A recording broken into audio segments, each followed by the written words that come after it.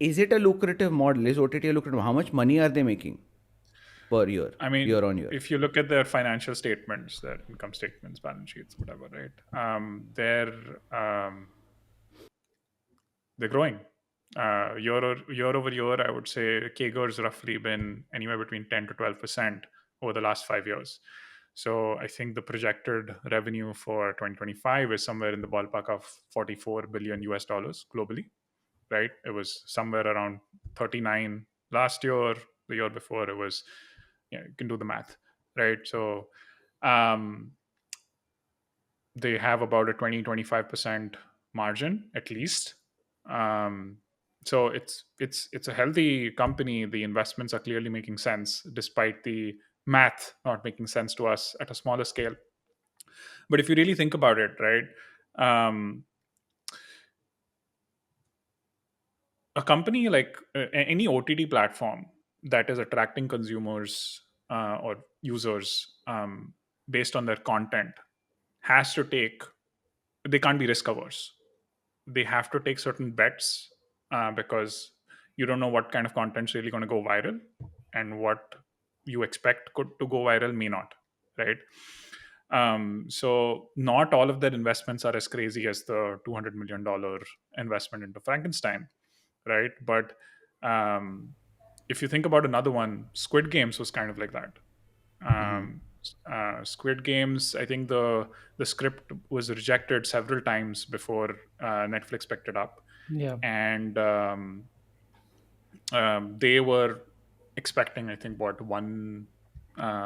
They weren't expecting it basically to go as viral as it really did, and now it's what gotten like a second, third season, even for that matter. I think. Yeah, I, yeah.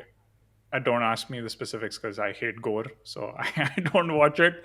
But I mean, it's a fascinating sort of thing, right? And so, um, if you look at it, their subscribers are growing despite the password sharing hoo-ha that happened, several months year ago.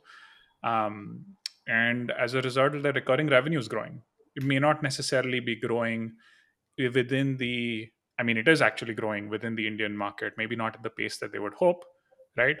But then they're finding other ways to tap into the more mature markets, which are, US, Europe, things like that, with the ad supported on demand um, model, right? They realized very quickly that, or at least in the last few years, that they're hitting a wall when it comes to acquiring more users in the US and Europe. So what can they do? Introduce an ad supported model, which basically gives you access to like 90-95% of the content, um, and you can lower the subscription cost, and so reach out to those price sensitive customers in these markets to acquire a larger share of the market and increase revenue at the same time, right? But honestly, even if we are talking about that they're not doing very well in India, they seem very bullish on India. Like, I mean, the amount of investment they did into that very controversial statement, which I'm going to make next, is that very middling show, which was Bads of Bollywood, which was Shah Rukh I mean, Khan's. it's gone viral. It's It's gotten gone viral. fantastic Yeah, See, reviews. what works works. The yeah. thing is, Yeah. I think one thing we are missing out over here. Um, the fact that these companies have a growing revenue. Of course, the revenue projections are not as good as they were 5 years back or 10 years back. But another thing that has helped them, technologically speaking, that has helped streaming is the fact that there is a huge advent of content localization in the streaming universe today. So the fact that something like a Money Heist became a global phenomena, or something like a Squid Games became a global phenomena, is being aided by the fact that tech has advanced to a point where people are able to watch the same show in multiple languages with multiple subtitles. And more importantly, what this has done for the streaming platform is it has increased the lifetime revenue of the show. Ideally, 10 years back, 15 years back, Money Heist would have been restricted to Spanish speaking countries and individuals, and that's it. Yep. Yeah. Today, Money Heist can be watched by every single Tom, Dick, and Harry. And then what happens is, basically, if I'm getting the money recovered for Money Heist by say a million users 10 years back, today I'm recovering the same money from 5 to 10 million users, because of the spread, because of the localization strategy available to me. And this lets me invest in shows and decreases the risk I'm taking by investing. Because if it might not work with one segment, that's okay.